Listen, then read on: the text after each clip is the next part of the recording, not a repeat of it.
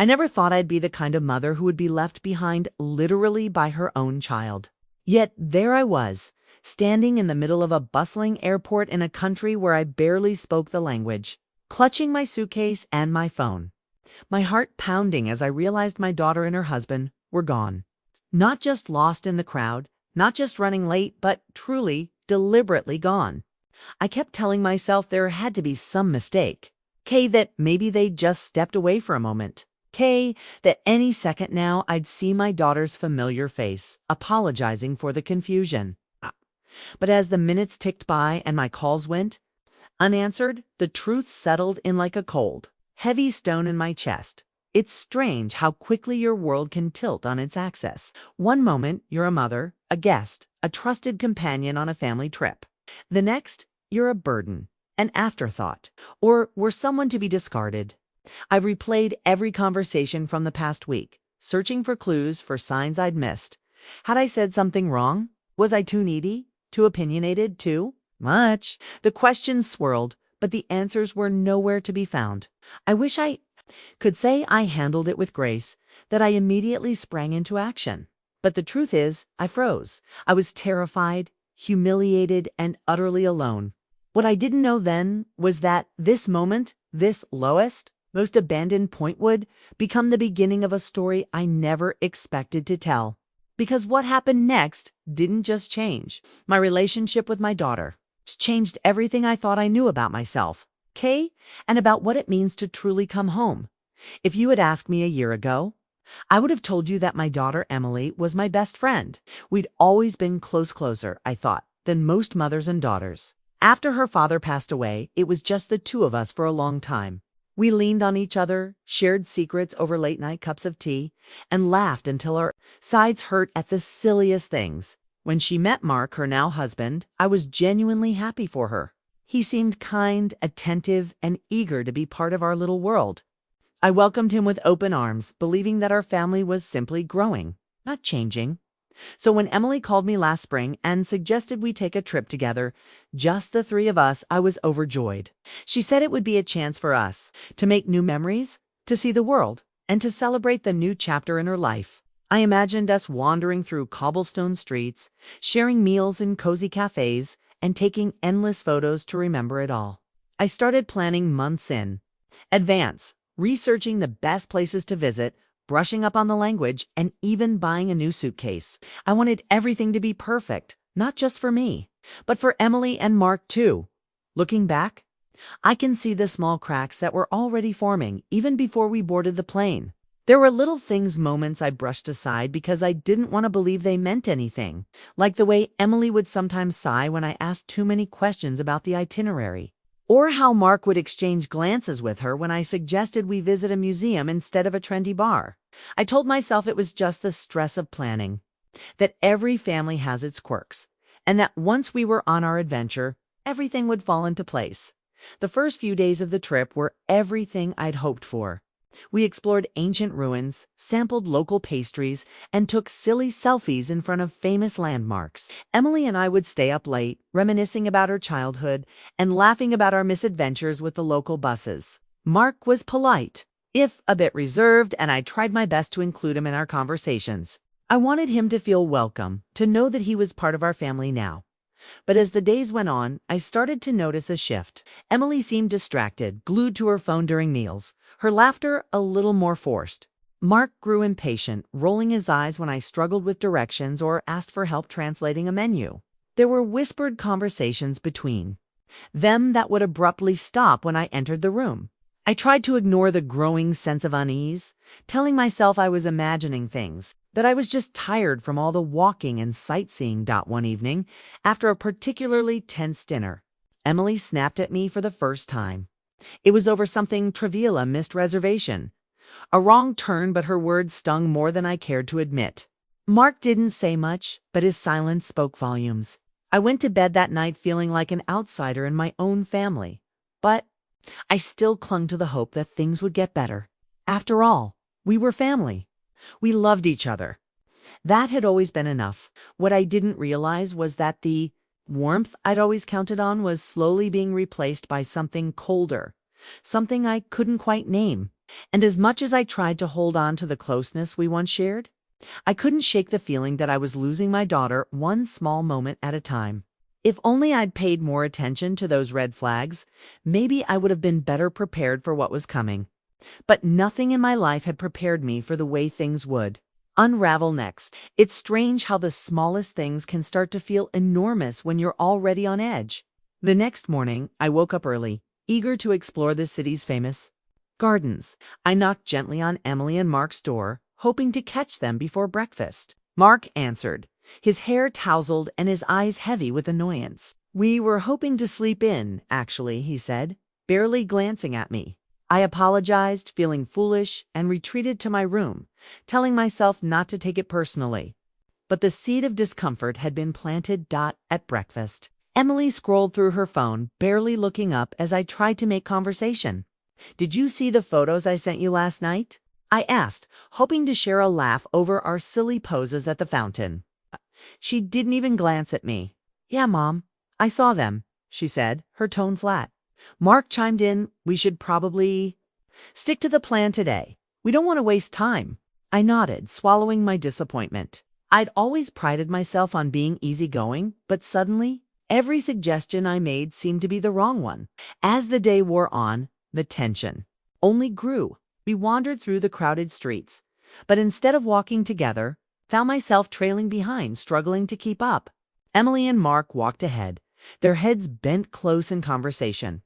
I tried to catch up, but every time I did, the conversation would stop, replaced by an awkward silence. At lunch, I suggested we try a local dish I'd read about, but Mark wrinkled his nose. "That sounds interesting, but maybe we should just stick to something safe." Emily didn't even look at me, just nodded in agreement. I started to question everything I did. Was I being too pushy, too eager? I tried to fade into the background, hoping that if I made myself smaller, things would go back to the way they were. But the more I tried, the more invisible I felt. That evening, as we sat in a bustling cafe, I watched Emily and Mark laugh over a private joke. Their faces lit up in a way I hadn't seen all week. I forced a smile, but inside I felt a pang of jealousy and grief. When had I become the outsider? The arguments started small, almost laughable in hindsight. I got lost on the way back to the hotel, and Mark snapped, "Didn't you say you knew the way?" Emily rolled her eyes.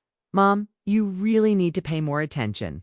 I apologized, but the words felt heavy, like a stone in my mouth. Later, when I tried to join them for a late-night walk, Mark said, "Maybe you should rest. You seemed tired earlier." Emily nodded, not meeting my eyes. I went back to my room, fighting back tears, telling myself I was just being sensitive. But the dismissals kept coming. At dinner the next night, I tried to share a story from Emily's childhood, hoping to lighten the mood. Mark interrupted. "We've heard that one before, haven't we, Em?" Emily laughed, but it was hollow.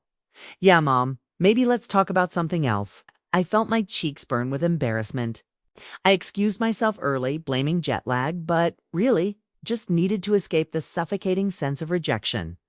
In the quiet of my room, I replayed every moment, searching for what I'd done wrong.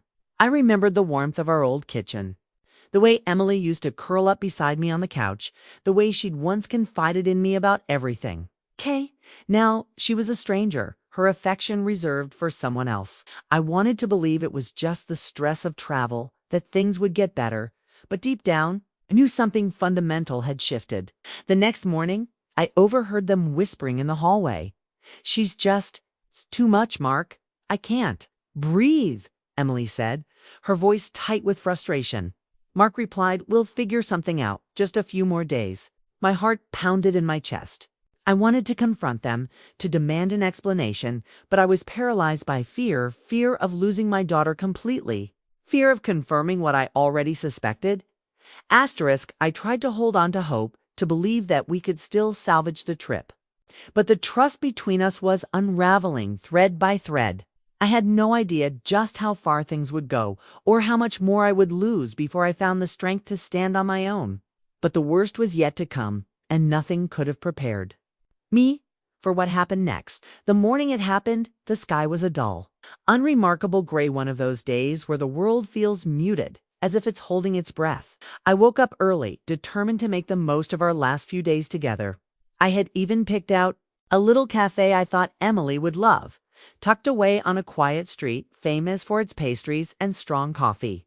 I dressed carefully, trying to shake off the heaviness that had settled in my chest, and knocked on Emily and Mark's door just as I had every morning. No answer.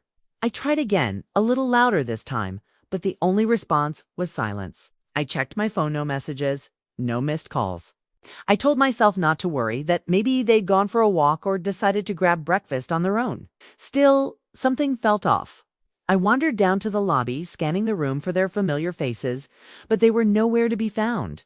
I waited, sipping a cup of bitter coffee, watching the minutes tick by. An hour passed, then another. Finally, I went back upstairs, hoping to find a note or a text explaining where they'd gone. Instead, I found their room empty, the bed neatly made, their suitcases gone. My heart started to race. I called Emily, my hands trembling.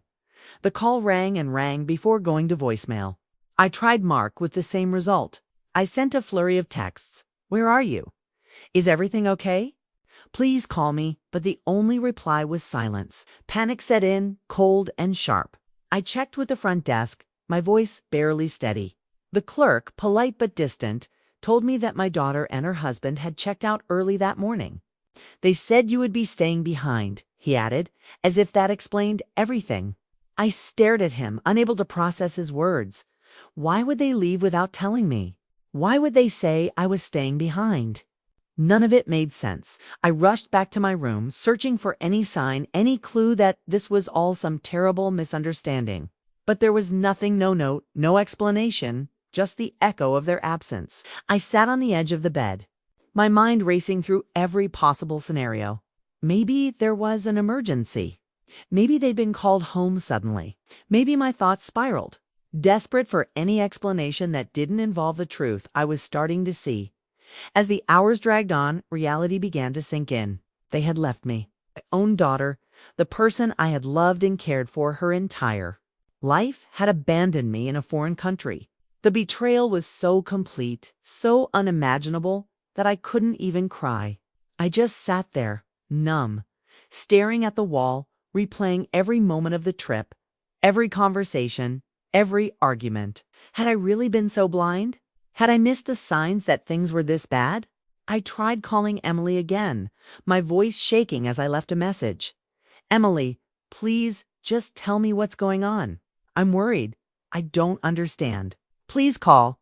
Me, I waited, my phone clutched in my hand, willing it to ring, but it never did.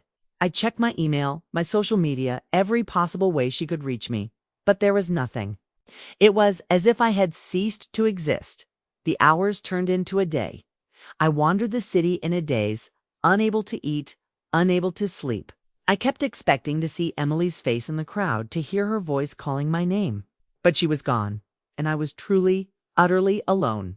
The pain was unlike anything I'd ever felt, a hollow ache that seemed to swallow me whole. I kept thinking, this can't be happening. Not to me, not to us. But as the sun set and the city lights flickered on, I realized that nothing would ever be the same. I was stranded, abandoned, and betrayed by the person I loved most in the world.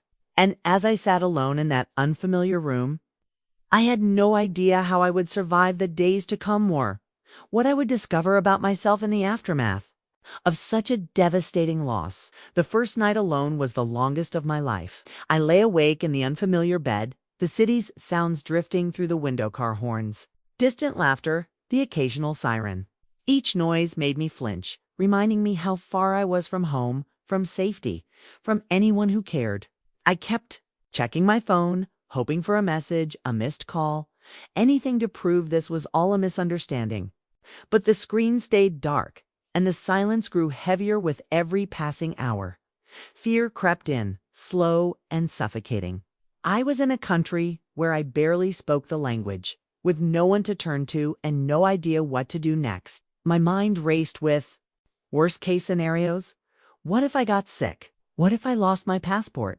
What if something happened to me and no one even noticed? I tried to steady my breathing, to remind myself that I was an adult, that I'd handled hard things before. But this was different. This was abandonment, not by a stranger, but by my own flesh and blood. The next morning, I forced myself to get dressed and go downstairs, hoping that maybe, just maybe, Emily and Mark would be waiting for me in the lobby, sheepish and apologetic. But the only faces I saw were those of strangers busy with their own lives. I sat in the corner, nursing a cup of coffee I could barely taste, my hands shaking as I scrolled through my phone. I called Emily again, then Mark, then Emily once more. Each call went straight to voicemail. I left messages, my voice growing more desperate with each attempt. Emily, please. I just want to know you're okay. Please talk to me. Nothing. I tried emailing her, sending messages on every app I could think of. I even reached out to a mutual friend back home, asking if she'd heard from Emily. The reply was quick and curt. She said you're fine and just needed some space. The words stung. I needed some space. Was that all I was now, a burden to be left behind? A problem to be solved by distance? Anger began to bubble up, hot and sharp. How could she do this to me? After everything we'd been through, after all the sacrifices I'd made for her, how could she just walk away? I replayed every moment of the trip, every slight, every cold shoulder, every whispered conversation. The signs had been there, but I'd refused to see them. I'd convinced myself that love was enough, that family meant something unbreakable. Now, I wasn't so sure. I wandered the city in a daze, trying to fill the endless hours. I visited museums and parks, sat in cafes and watched the world go by, but nothing could distract me from the ache inside. I felt exposed, vulnerable, like a child lost in a crowd. Every time I heard someone speaking English, I wanted to run to them, to beg for help, for comfort, for understanding. But I couldn't bring myself to share my shame, to admit that my own daughter had left me behind. The lowest point came 3 days after they left. I woke up to find my money running low, my hotel reservation about to expire, and still no word. From Emily, I sat on the edge of the bed staring at my reflection in the mirror. I looked older, smaller, defeated. I thought about calling home, about asking a friend to wire me money or help me book a flight, but pride held me back. I didn't want anyone to know how far I'd fallen, how completely I'd been abandoned. That night, as I lay in the dark, I let myself really cry for the first time. I cried for the daughter I thought I knew, for the family I'd lost, for the woman I used to be. I cried until there was nothing left but exhaustion and emptiness. In that moment, I felt truly alone, cut off from everything and everyone I'd ever loved. But even in the depths of that loneliness, a small, stubborn spark remained. I didn't know it yet, but that spark would become the light that guided me out of the darkness. For now, though, all I could do was survive one painful day at a time and hope that somehow would find a way to piece myself back together. On the 4th morning, something inside me shifted. I woke up with swollen eyes and a pounding headache. But as I stared at the ceiling, a new thought crept in. No one was coming to save me. I could either keep waiting for a call that would never come, or I could stand up and save myself. The realization was both terrifying and strangely liberating. For the first time since Emily and Mark left, felt a flicker of control. I started by gathering my things and checking out of the hotel, my hands trembling but determined. The clerk, a young woman with kind eyes, noticed my distress. "Are you okay?" she asked gently, her English careful but clear. For a moment, I hesitated, but then the words tumbled out how I'd been left behind, how I didn't know what to do next. She listened without judgment, then offered to help me find a more affordable place to stay. Her kindness was a balm to my battered spirit, and I realized how much I'd been craving simple human connection. With her help, I found a small guest house run by an older couple, Mr. and Mrs. Novak, who spoke a little English and welcomed me like family. They insisted I join them for meals, and over bowls of homemade soup, I began to share my story. Mrs. Novak squeezed my hand and said, "Sometimes family is not who you were born to, but who you find." Her words settled deep in my heart, and for the first time in days, I felt seen. I spent the next week exploring the city on my own terms. I visited museums I wanted to see, lingered in parks with a book, and even tried my hand at the local language. Each small victory navigating the bus system, ordering coffee without fumbling, restored a piece of my confidence. I started to remember the woman I was before I became just a mother, before I let my world shrink to fit someone else's needs. One afternoon, I stumbled upon a community center offering art classes. On a whim, I signed up and soon found myself surrounded by laughter, paint, and new friends. We shared stories, traded recipes, and celebrated each other's small triumphs. I realized I was capable of building a life, even in a place that once felt so foreign and cold. As the days passed, I stopped checking my phone every hour. I stopped waiting for Emily's apology, for Mark's explanation.